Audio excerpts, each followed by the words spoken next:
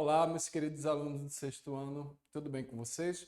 Meu nome é Luiz Fernando, eu sou professor de ciências e hoje nós iremos começar mais uma aula do EducaPé. A aula de hoje é a de número 10. Bora falar um pouco sobre as características dos subsistemas terrestres. E aí eu tenho que falar aqui a Terra como um sistema. A Terra, na realidade, ele é o único planeta do Sistema Solar em que se conhece a vida. E suas características que permitiram o aparecimento da vida na Terra e também a sua evolução. Essa evolução ela deve-se à posição do Sistema Solar, ao tamanho do planeta, existe também a dinâmica interna e a camada de ozônio. Quando a gente fala da Terra como sistema, estamos falando da biosfera, que vai ser dividida ali em atmosfera, litosfera e a hidrosfera. Bom, quando se fala ali da posição no sistema solar, eu tenho que falar da escala do universo e da Terra como um acontecimento extraordinário. A posição da Terra no sistema solar foi que permitiu que ela recebesse uma quantidade ideal de energia solar. Existe também a questão do tamanho do planeta. As suas dimensões permitiram também a retenção de gases libertados pelos vulcões, que formaram assim uma atmosfera primitiva. Depois, a gente vai para a dinâmica interna. Essa dinâmica do planeta criou, na realidade, uma crosta sólida. E existe ali quando o arrefecimento, que foi onde ocorreu o vulcanismo. E depois, por fim, temos a camada de ozônio. O que é que acontece na camada de ozônio? Os organismos fotossintéticos, eles irão liberar oxigênio para uma atmosfera que acumulou e formou o que a gente chama de camada de ozônio ou a camada de ozônio. Essa camada ela vai filtrar parte dos raios que vieram do Sol, que a gente chama de raios ultravioletas e que são prejudiciais para muitos organismos, facilitando aí a manutenção da vida, porque essa camada ela vai justamente filtrar esses raios. Isso quer dizer o quê? Que não vai passar todos os raios para o nosso planeta, porque a camada de ozônio ela está ali como se fosse um filtro, ela vai filtrar e vai impedir que todos esses raios ele atinjam o nosso planeta e é claro que vai facilitar a manutenção da vida. E quando se fala de arrefecimento da Terra, o que é que acontece? O vapor de água que é libertado ali pelos vulcões, ele condensou. E quando ele condensou, ele originou água no estado líquido. A água, é claro que ela se acumulou em bacias e daí se formaram o que a gente chama de lagos e também de oceanos. A água no estado líquido, ela vai ser vital para a nossa vida, pois os organismos, eles são formados por mais de 50% de água. Quando eu falo de organismo, eu estou falando da maioria dos seres vivos que existem no nosso planeta Terra.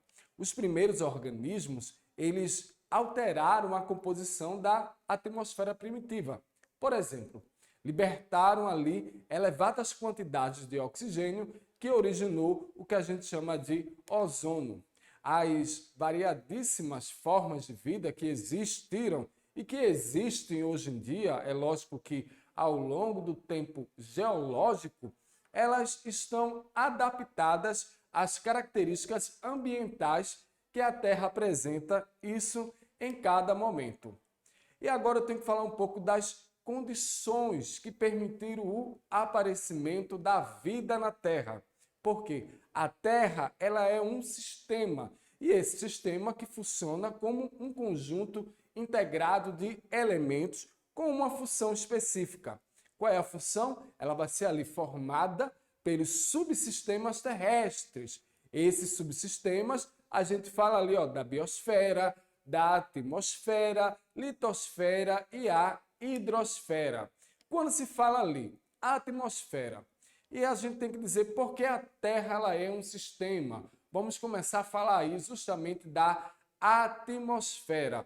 Na imagem que eu gostaria que fosse aí para que todo mundo observasse, a gente tem que ver essa composição da atmosfera terrestre. Quando se fala da atmosfera terrestre, nós estamos falando dos gases. Justamente, galerinha, vai corresponder à camada gasosa que envolve a Terra. E ela vai ser constituída por azoto, oxigênio, dióxido de carbono e também de vapor de água. Na sua composição, você pode observar que existe aí, 78,1% de nitrogênio, 20,9% de oxigênio e o restante vai ser dos outros gases, dos vapores de água que vão compor a nossa atmosfera.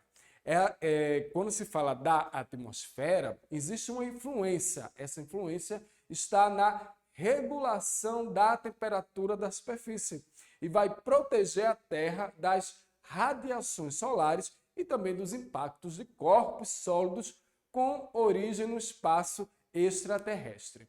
Agora, bora falar da hidrosfera.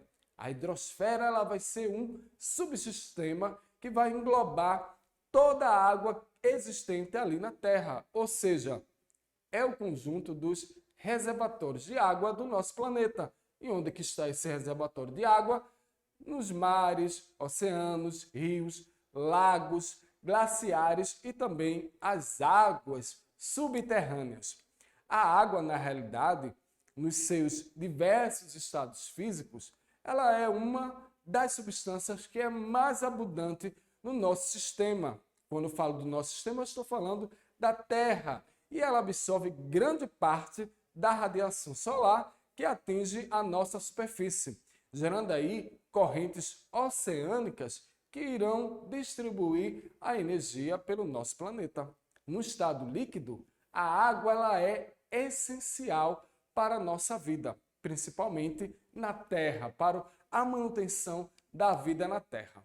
Quando se fala ali de geosfera, o que é a geosfera? A gente está falando que é um subsistema terrestre que vai compreender todo o material sólido da superfície e também do interior da Terra.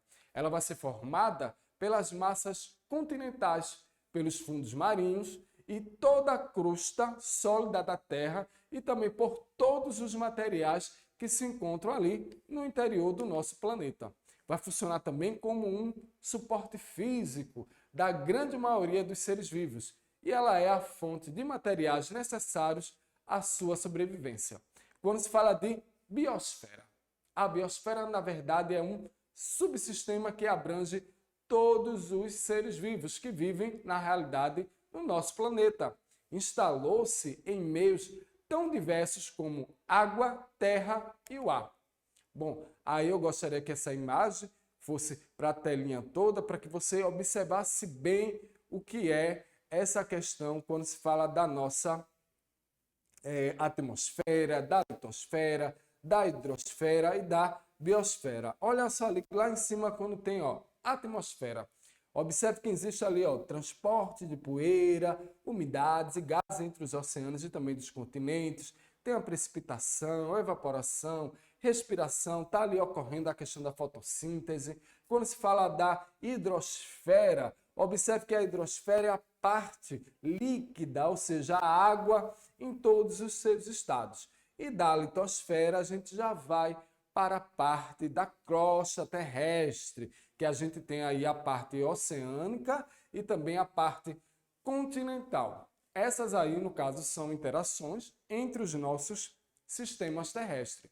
E quando se fala da atmosfera, a gente tem ali a litosfera.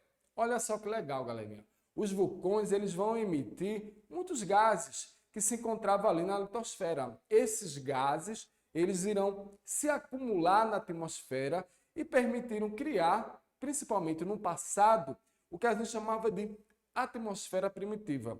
E, por sua vez, o vento ele pode ser um agente erosivo, alterando ali as rochas da litosfera. E muitos organismos eles irão depender desses gases presentes na atmosfera. Por exemplo, a questão aí do oxigênio. Em resultado ali da sua atividade, os seres vivos eles libertam gases para a atmosfera e alteram ali a sua composição. quando se fala da hidrosfera. A água ali do subsistema hidrosfera, ela pode evaporar e fazer parte da atmosfera.